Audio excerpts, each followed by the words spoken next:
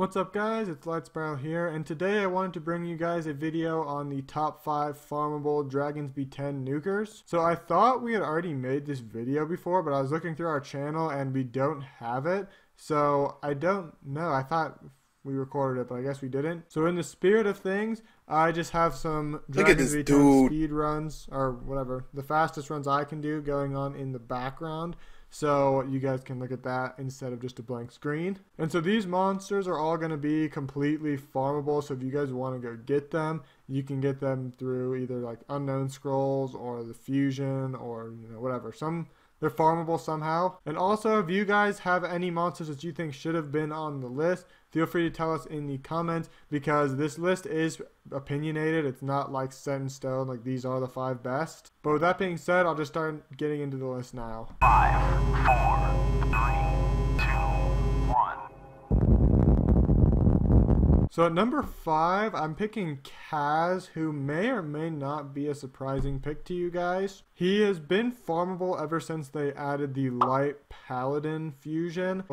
He hasn't been very long, but he is farmable now. And he does quite a bit of damage, and he's not too useful outside of Dragons B10 just because he's so squishy. But his base attack is good, and his multipliers are good enough to where he can actually do a considerable amount of damage. He does damage scaling on attack speed. He has an accuracy awakening bonus, which is actually somewhat relevant because his first skill, defense breaks, with a 75% chance if it's max skilled. So that means if your galleon doesn't land the defense break, or he derps or whatever, you do have a second chance to land it if you're running Kaz in your team. So at number 4 on this list, I'm actually going to be picking Susanoo. What the fuck? Susanoo and Kaz are actually pretty similar in terms of their skill kits, and what kind of makes one better or worse than the other. It's definitely subject to opinion. They both do an attack age decrease, but Susanoo is a little more reliable a little more often. Kaz, in every 4 turns, if it's max skilled,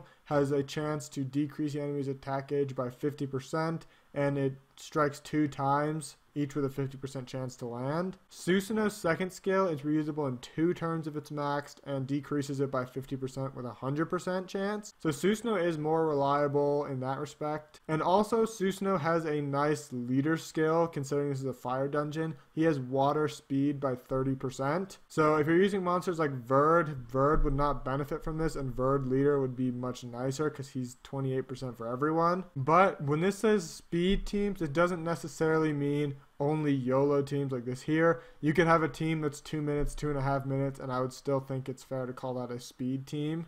At number 3, you guys all pretty much saw him being somewhere on the list, because even if this wasn't just farmable nukers, he honestly would probably still be on this list somewhere. But I have Tark. So a lot of people are going to think that he should be higher, but I have a reason for why he's only at 3. So the main reason he's only at 3 is because if you're not using a complete YOLO team, he really is not very good. Like if you're running like a 2-minute team, 2.5-minute team, Tark is pretty much too squishy to get the job done. And another reason that I think Tark is not the best if you're not doing a complete speed team is Tark benefits a lot from having good teammates that have good damage dealing skills. But so if you're running a team where Tark is one of your only damage dealers, or maybe even your only damage dealer, then he's not going to provide too much if he brings along stuff like Vero and Bella with him on his team up skill. So that's why he's down here so low. I think he's bad, but he's just only good for really high level players. So at number 2, I have Lapis in here. Some people are on the same boat as me where they think Lapis is actually pretty dang good in Dragons B10, and there are people who don't think she's very good at all. But I'm one of the people that actually thinks Lapis is pretty useful in Dragons B10 after the new buff. If you put her on a damage build, she does a considerable amount of damage, and she does a considerable amount of crowd control. She's useful in all Dragons B10 teams, from a slow team all the way to a YOLO team. She doesn't do enough damage to get like sub 30 seconds or whatever, but she does enough to do sub 1 minute. I guess she's not technically farmable if you've already fed her, but they give her to you at the beginning of the game, so most people consider Lapis a farmable monster just because they give it to everyone. But her consistent AoE crowd control really makes her pretty good in Dragons B10, at least if you ask me, and she makes your runs a lot more reliable, especially if you have an AoE speed debuff like Poseidon or Spectra or whatever.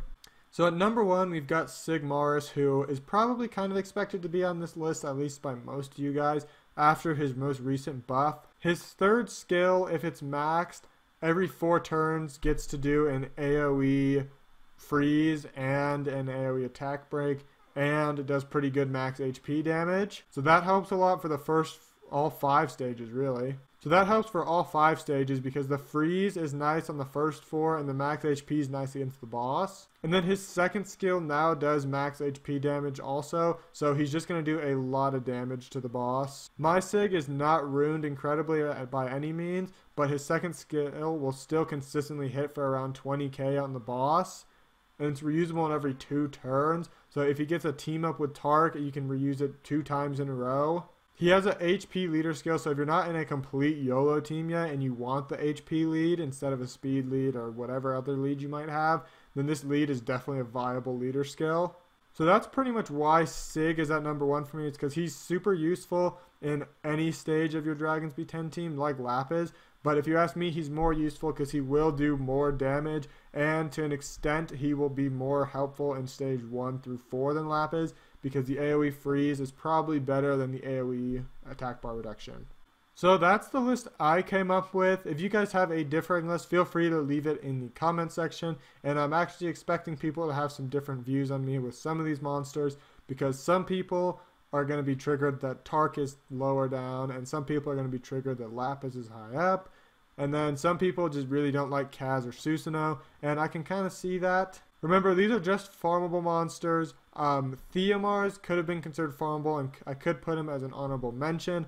But the reason I didn't is because if you put the same runes on Thea that you put on a Sig, a Tark, a Lapis, whatever, then Thea really would not do as much damage as any of the guys I put here, which is why I didn't put him on here. I realize most people put some of their best runes on Theo, and if that's the case, feel free to use your Theo in Dragons B10. I'm not saying he's bad, I just think that for Dragons B10 specifically, there's better monsters. But I think that's really all I have for today though, guys. So may the best of your todays be the worst of your tomorrows.